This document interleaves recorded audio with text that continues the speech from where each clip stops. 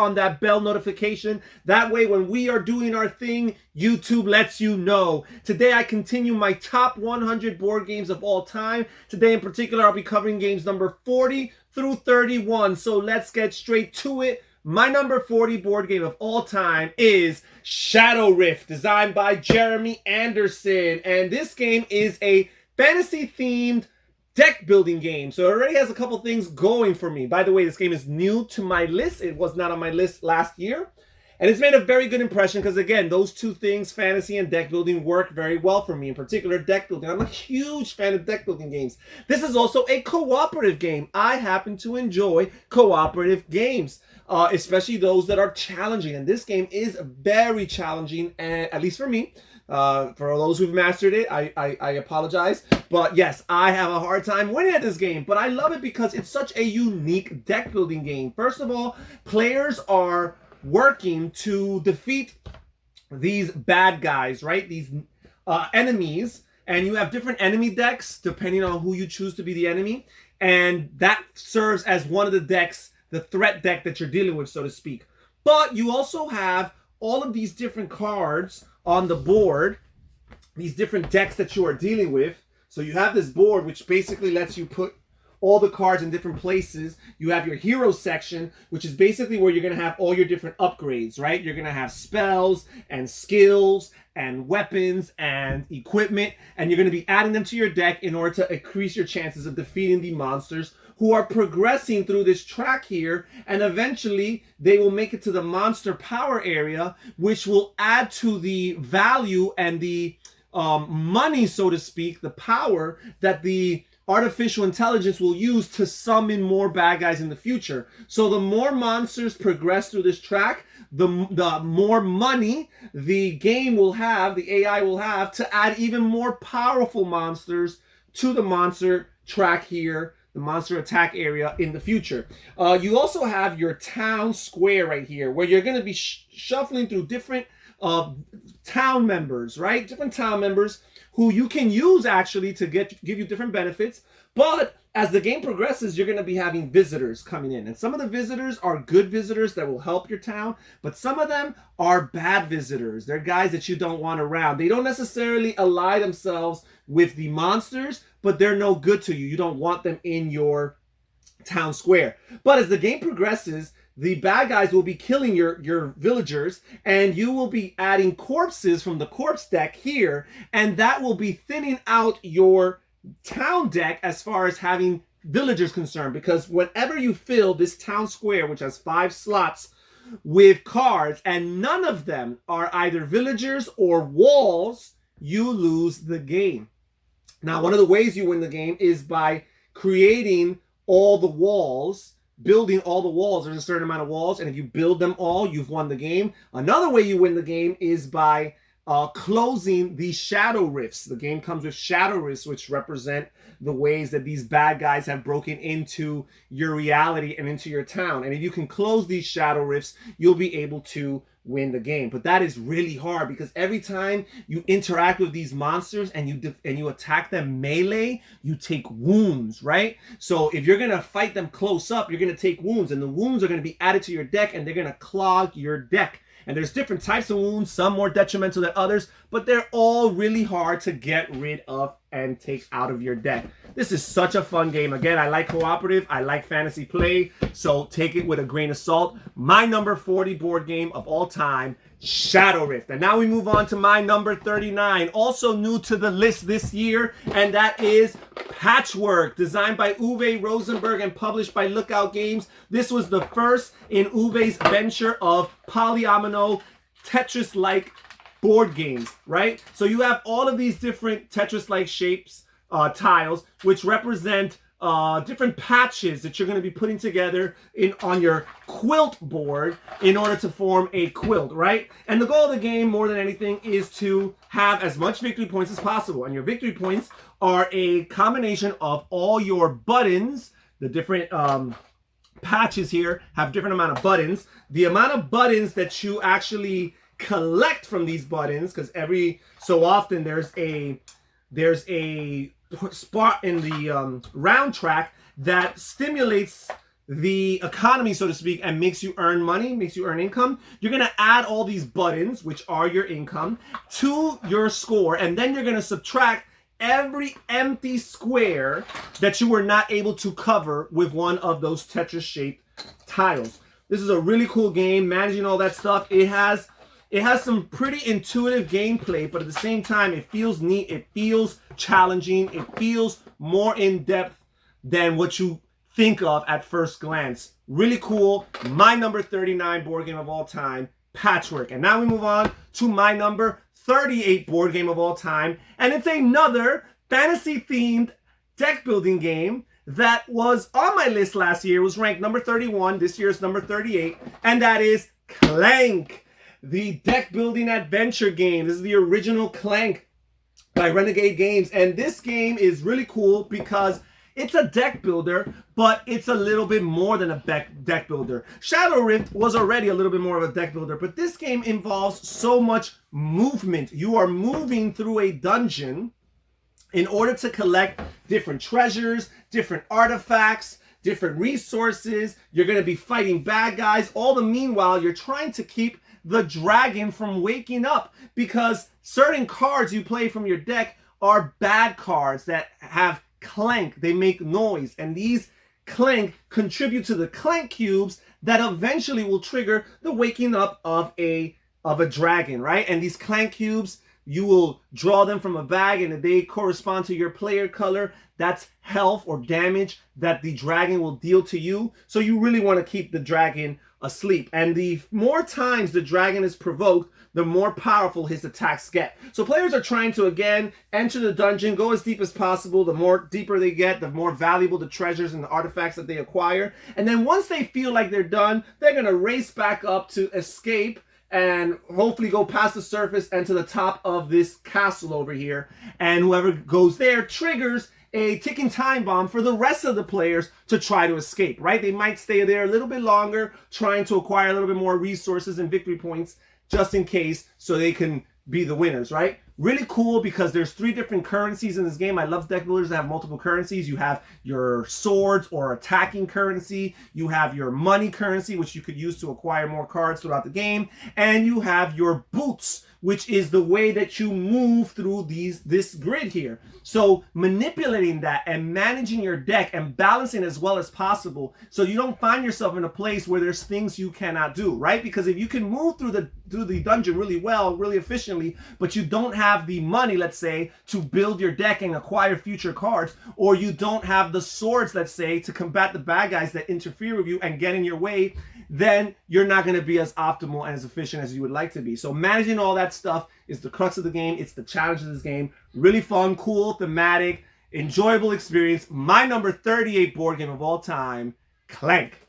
My number 37 game of all time is Magic the Gathering. This is designed by Richard Garfield, and this is a classic in the hobby for so many decades. We're talking about almost 30 years ago. This game was first designed by Richard Garfield. This is a 2-player fantasy-themed tactical card game. So something about these fantasy-themed card games showing up in this section of the list. As a matter of fact, this is a direct influence to the modern deck building genre that we know and love today. So basically, players take on these different asymmetric sides, playing different cards.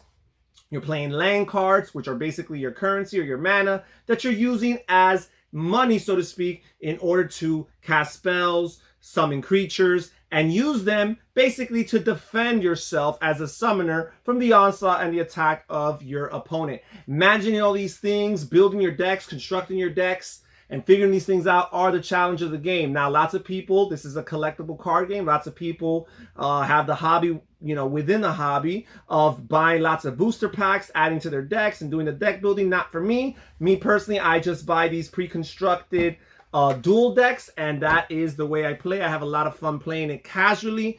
I don't play this with too many people. I have about 2 or 3 different people that I play with somewhat regularly. But even so, I really like the game, and for now, it still has a pretty high rank on my list. This game was actually ranked last year at number 28. This was ranked number 28 last year. So it's actually still holding on pretty strong despite having played so many games in the last year. My number 37 board game of all time, Magic the Gathering. Now we move on to my number 36, which was also on my list last year. It was actually ranked number 45 last year.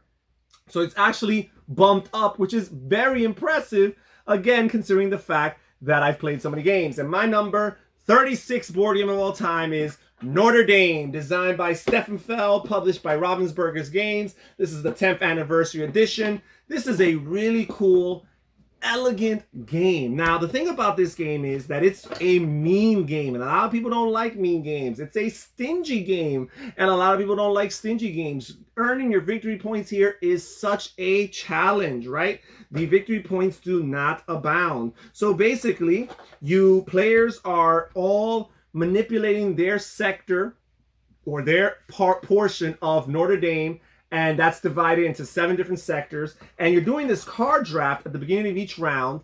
And when you end up with your 3 cards in your hand after the card draft is concerned, you are going to use 2 of them to determine 2 of your actions. And basically what your actions are going to allow you to do is they're going to allow you to put cubes in one of the corresponding sectors of Notre Dame. And each of these sectors benefit you in different ways. Some of them give you coins. Coins are very helpful to doing lots of different actions. Some of them give you victory points, straightforward. Some of them allow you to heal from the plague track, because as the rounds go by, you're going to be advancing here on the plague track, and that's going to be very detrimental, because every time you cross the threshold of 9, you're gonna face a casualty. You're gonna lose some victory points. You're gonna lose a presence and influence on your board. So you want to try to hold that back as much as possible. But no matter how much you try, there will be casualties had. Just maybe a little bit less if you're more intentional and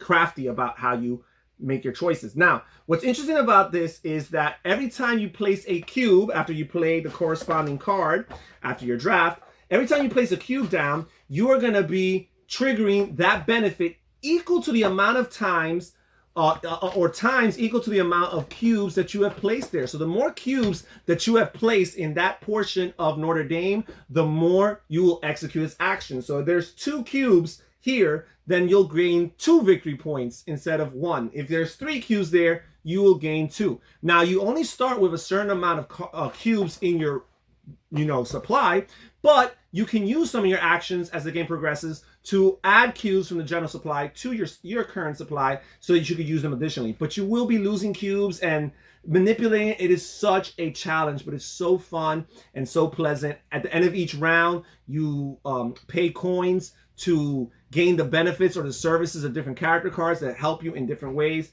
Really cool game. My number 36 board game of all time, Notre Dame. And now we move on to my number 35. And my number 35 is new to the list this year, and that is Palazzo, designed by Reiner Knizia and published by Rio Grande Games. This game is not a pretty game. It's not a looker, but it is a really cool alternative to Alhambra, which I am a big fan of Alhambra. And obviously there are some ideas that were clearly borrowed from Alhambra. It is a tile placement game where you're building buildings and you're using color-coded currency cards in order to draft and acquire these tiles for your buildings. So in that respect, it is very similar to Alhambra. Some of the differences are where I prefer this over Alhambra. First of all, you have the currency itself, the fact that the money is not necessarily designated to any particular section on the board. So you can use any color card to buy from any section that's available on the player area.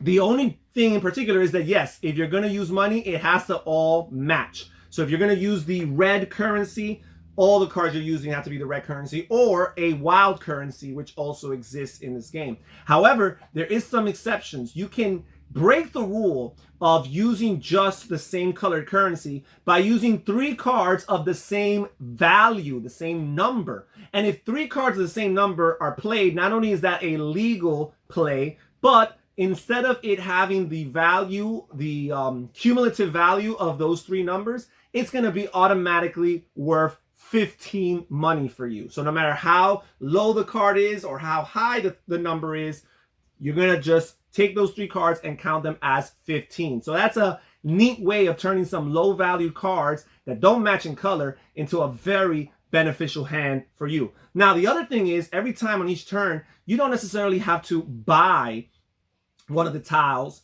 or one of the tiles that are available. You could also choose one of the other sections. There's 4 different sections around the main section, and choose to put it up for auction, which is so cool because what happens is you may get it for a cheap price, or maybe you'll challenge your opponent to get it, but the active player always has this 3 money tile that they can add at the beginning of their auction. So they're already at a 3 money advantage when it comes to that bid. So that is really, really cool because yes, you can still win that tile on another player's turn, but the active player does have a really good chance. Also, a really cool thing about this game is when you use one of your actions, instead of building, you choose to draft money cards because you're running out of money. What you do is you draw 2 cards plus 1 card for every other player that's playing the game. And then you choose from that set of cards, you choose 2 that are going to be your own. And then clockwise, you pass the cards to the rest of your opponents, and they one by one make a decision to keep one of the remaining cards. So every time you gain money, you're going to be helping your opponents as well. And that is something to factor in. Even the configuration of the different buildings, you have 3 different building materials, and basically that's just 3 different colors. You got white, beige, and brown. And if you can build your building and use an action to slip one in between, but you are encouraged and incentivized to keep those buildings of the same material, because you'll get additional points if they're the same material, as well as if they are of higher levels. Really cool game. My number 35 board game of all time, Palazzo. And now we move on to my number 34 board game of all time, and this is another Reiner Knizia design, and this is another game that's new to my list this year, and that is Amenity Ray. And this is published by Tasty Minstrel Games, at least this edition is. This is an Egyptian-themed area control game where players are vying for control of 15 different regions of Egypt on opposite side of the Nile. At the beginning of each round, you have an auction for these different regions, right? You're going to be bidding for an equal amount of regions to the number of players at the beginning of each round. And what's interesting about this game is each region has their own card. And these cards basically have pre-designated options for your bids. So whenever you bid, you don't bid a number just based on what you want. It has to be one of these numbers. And once a player locks one of these spots, if you want to raise the bid, you can't just raise it by 1. It has to be at least the price of the next available circle, which sometimes can be a jump of 2 coins, 3 coins, maybe even as high as 7 coins, right? Or 8 coins is the highest jump right here. So that's something to factor in. Is it worth it to win that section and pay that much more? Do you really want it? And what's cool is, as the game progresses, you're adding farmers to increase your currency, your inflow of money. You're adding stones, which eventually turn into pyramids, which add to the value of that area, that region. And at the end of each era, which there's 2 eras, each consisting of 3 different rounds, at the end of each era, there will be a scoring round, and you will score by the value of your place. The monuments it has, the different pyramids, the amount of pyramids it has. You have some secret bonus scoring as well that can take place. And then you clear the board of all humanity, all human existence. All the farmers go away, your workers go away, and you simply leave the stones and the pyramids, and you figure it out and go into another era and start a new auction for all the 15 areas, except now they have clear intrinsic value that they didn't have before. Really cool game, nice Egyptian theme, nice components from Tasty Minstrel Games, cool auction bidding, cool area control. My number 34 board game of all time, Amenity Ray. Number 33 board game of all time is Pirates Cove, designed by Paul Randalls and Daniel Stahl and published by Days of Wonder Games. This is a old classic pirate themed game, first published back in 2002. I believe this game is still out of print and has been for many, many years. This is, of course, it's a great design from a production perspective, especially considering 2002 standards, right? The board is nice and neat. Some of the components are really cool. You have this board which consists of a map of a bunch of different islands. You have Treasure Island and Pirates Cove, which is a safe haven for all pirates. And basically, players are using these dials shaped like the ship wheel here, and you are simultaneously secretly picking what area or what island of the board you're going to sail to, and then you're simultaneously revealing it and executing it and resolving it. And basically, you have different places you can go to. You could go to Tavern Island in order to get some cards here. But each of the other islands have a treasure card, which tells you how much treasure cubes you will gain by going there. It tells you how much money, coins you'll get by going there. It tells you how many victory points. You might just straight up get victory points for going there. And also, sometimes it allows you to draw extra cards from Tavern Island.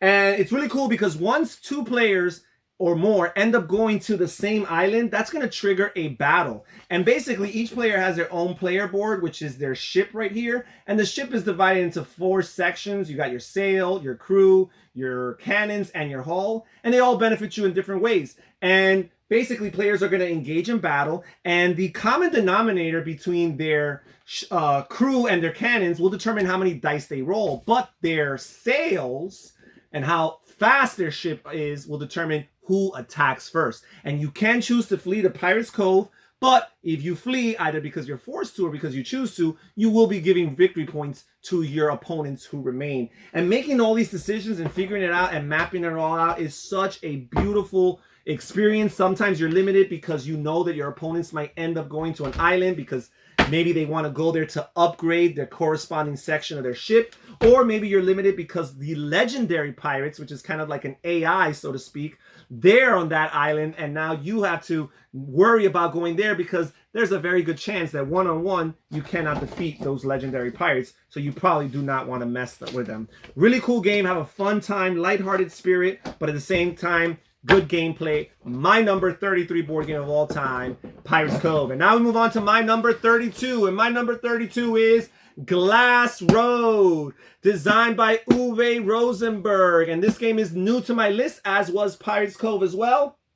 Uwe Rosenberg he continues to do it for us here in his family. We really enjoy his game design. This game is so cool because the way I describe it is this packs the biggest punch as far as game time to game depth ratio. It feels so deep of a game, but at the same time, it's only about 20 minutes per player. You might even be able to knock this down into 17, 18 minutes of player once you get experience. So this is a really meaty, crunchy game that could get played in about 35 minutes, which I think is so cool. The heart of the game is really managing these 2 resource wheels, which manage your brick and your glass, which are the 2 most important resources in this game, hence the title, Glass Road. And what's so interesting is, once you manipulate this to a certain way where these brown sections are empty, right? There's no resources because along with your glass and your brick, you're going to have additional resources there like clay and food and stone and wood. If these 2 sections, these 2 brown sections are ever empty, these 2 sectors, it forces you to rotate the dial clockwise until one of those sections is no longer empty. And that is how you manipulate the process or the production of your glass and your brick. Because all these other resources, you have different ways of triggering their increase and decrease by playing certain character cards. But the only way you manipulate the glass and the brick is by making sure that you utilize the other resources, emptying out those spots in order to force a rotation and otherwise increase your value in those particular resources. And those resources are going to help you buy different buildings, and the different buildings either do one of 3 things for you. They either give you a one-time ability or a permanent ability or benefit, or they give you victory points at the end of the game. Every round you're doing this really cool, neat variable phase order. I would say this is probably one of my favorite implementations of the variable phase order mechanism, where players are just choosing these different character cards and executing them and potentially benefiting off of someone else's card or character card they played if they also picked that card. So you're trying to pick your character cards that will benefit you, thinking what will not benefit your opponents, but you're also trying to anticipate, because you have a couple additional cards you could add to your hand. You're also trying to anticipate what your opponents might choose, because if in your hand, at the time your opponent plays a character card, if you have that card in your hand, you get to benefit from it too. And instead of your opponent getting the two benefits that character card would normally give him or her, they're only going to get one of those two benefits, the one of their choice, and you're also going to get one of those benefits. So mapping that all out and figuring that all out so you can get as much bang for your buck is the heart of this game. Really cool. My number 32 board game of all time, Glass Road. And now we move on to my number 31. And this game is not new to me. This has been in my list for a very long time. Last year, it was ranked as high as number 12, How the Mighty Have Fallen. Still a classic in our household. My number 31 is Carcassonne, designed by Klaus-Jürgen Wrede. This game is over 20 years old now at this point. Such a fun game, so exciting. The classic gateway tile placement game. This game is so intuitive, so easy to teach, childlike almost in simplicity, but at the same time, once you start adding some of the expansions and the additional meeple pieces, it does add a little bit of complexity and meat to the game, which is the way I like to play it. I always play where all of the meeples from the first couple expansions are available to play, but not necessarily always their tiles. Such a fun game. Classic, as I said. My number 31 board game of all time, Carcassonne. And that's it, folks. We're done with today's list, number 40 to 31. How about you consider clicking on one of these videos on the screen right now? If YouTube is showing them to you, it's because they think there's a really good chance that you will like one of them. Also, check in the description down below for a link to my Patreon account and see how you can be a supporter of this channel and be more involved with the process. Research and find a tier that works for you. This is Harry saying take care, everybody. Stay safe, stay healthy, and have fun gaming. Bye-bye.